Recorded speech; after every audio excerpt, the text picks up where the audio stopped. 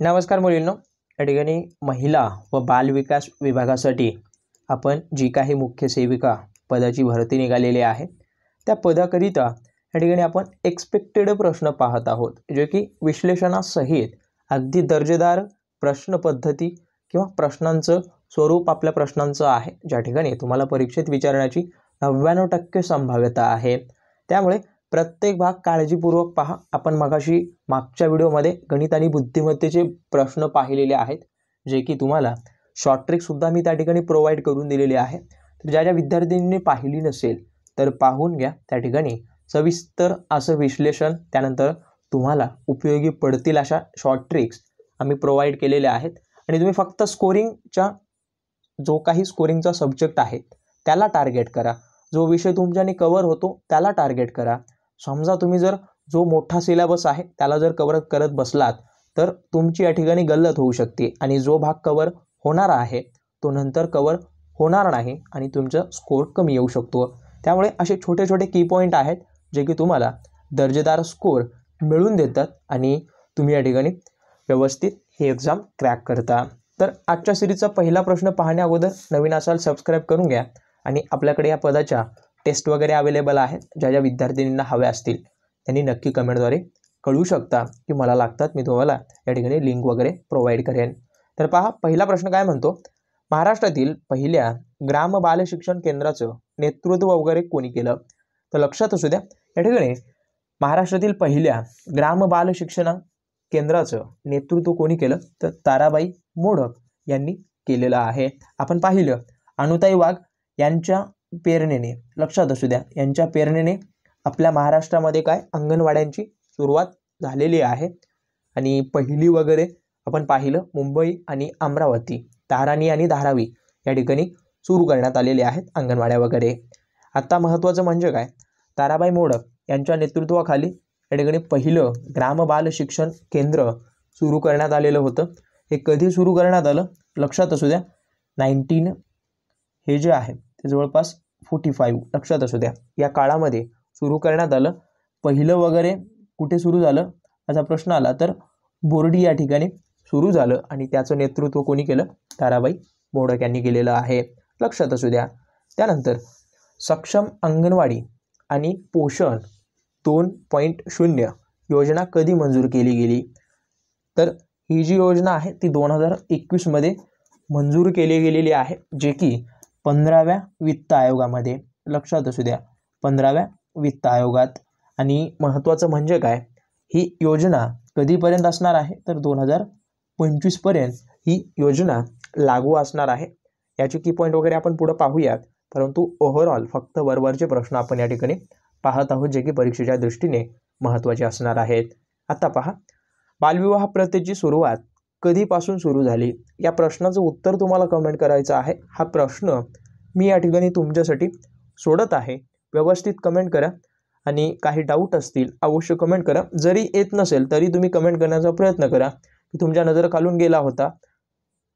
तर आता सर्वांना माहीत असेल, हे आपण पाहिलं होतं, गुप्त काळाला काय म्हणतात, भारताचा सुवर्णकाळ म्हणतात, हे आपण पाहिलं। गुप्तांचा काळ वगैरे आपण अगोदर सुद्धा डिस्कस केलेला आहे, तरी सुद्धा मी सांगतो नवीन असाल तर इसवी सन 240 ते 550 हा जो आहे तो गुप्तांचा काळ होता। आणि महत्त्वाचं म्हणजे काय, कुशाणांच्या काळामध्ये ही बालविवाह प्रथेची काय झाली, या बालविवाह प्रथेवर बंदी टाकण्यात आलेली आहे। आता तुमच्याकडे फक्त 2 ऑप्शन आहेत, मौर्य काळ आणि मुघल काळ। जर याच्यामध्ये ऑप्शन सुद्धा जरी नसेल तरी तुम्ही कमेंट करू शकता की हा ऑप्शन आहे म्हणून। पहा, बाळकराम हे टोपण नाव कोणाचं आहे? तर बाळकराम हे जे टोपण नाव आहे ते कोणाचं आहे? राम गणेश गडकरी यांना आपल्या महाराष्ट्रामध्ये बाळकराम या टोपण नावाने ओळखतात, तर लक्षात असू द्या। आणि पुढचं जे आहे प्रल्हाद केशव आत्रे यांना काय म्हणतात? केशव कुमार म्हणतात, लक्षात असू द्या। आणि खूप सारे विद्यार्थी कन्फ्यूज होत असतील केशव कुमार आणि केशव सूत, याच्यामध्ये खूप कन्फ्युजन होऊ नका। केशव सूत कोणाला म्हणतात अवश्य कमेंट करा।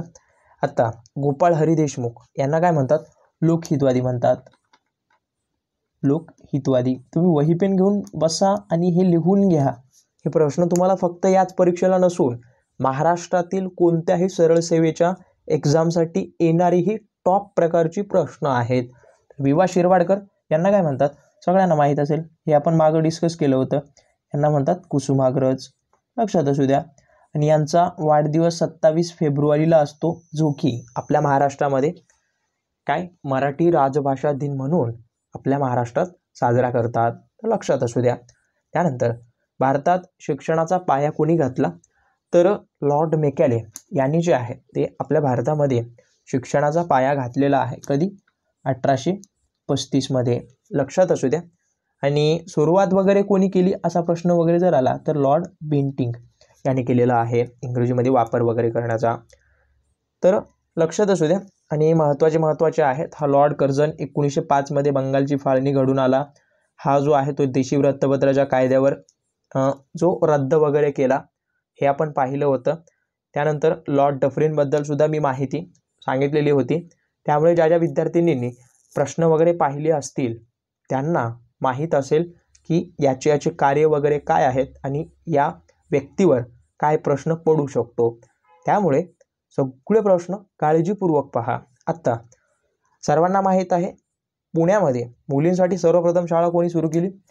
महात्मा ज्योतिबा फुले यांनी केली. परंतु मुंबईमध्ये कोणी सुरू केली? तर मुंबईमध्ये कोणी सुरू केली तर नाना शंकरशेठ यांनी केलेली आहे. आणि यांना एक टोपण नाव आहे, लक्षात असू द्या. यांना काय म्हणतात? मुंबईचे शिल्पकार म्हणतात बरं.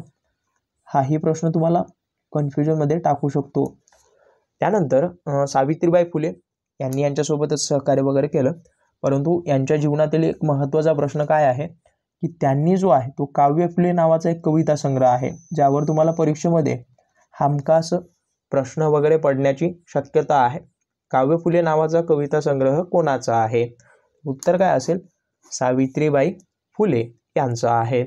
त्यानंतर महात्मा ज्योतिबा फुले यांची खूप सारी पुस्तके वगैरे आहेत, ज्याच्यामध्ये गुलामगिरी लक्षात ठेवा, शेतकऱ्याचा असूड लक्षात ठेवा, आणि त्यानंतर सर्वात शेवटचा सार्वजनिक सत्यधर्म हा लक्षात ठेवा, जो की मरणोत्तर प्रकाशित झालेला आहे. त्यानंतर लोकमान्य टिळक यांच्या संदर्भात सर्वांना माहीत असेल, ज्यांनी मराठा या वृत्तपत्राचे संपादक वगैरे ते होते आणि भारतीय असंतोषाचे जनक सुद्धा त्यांना म्हणतात, लक्षात असू द्या.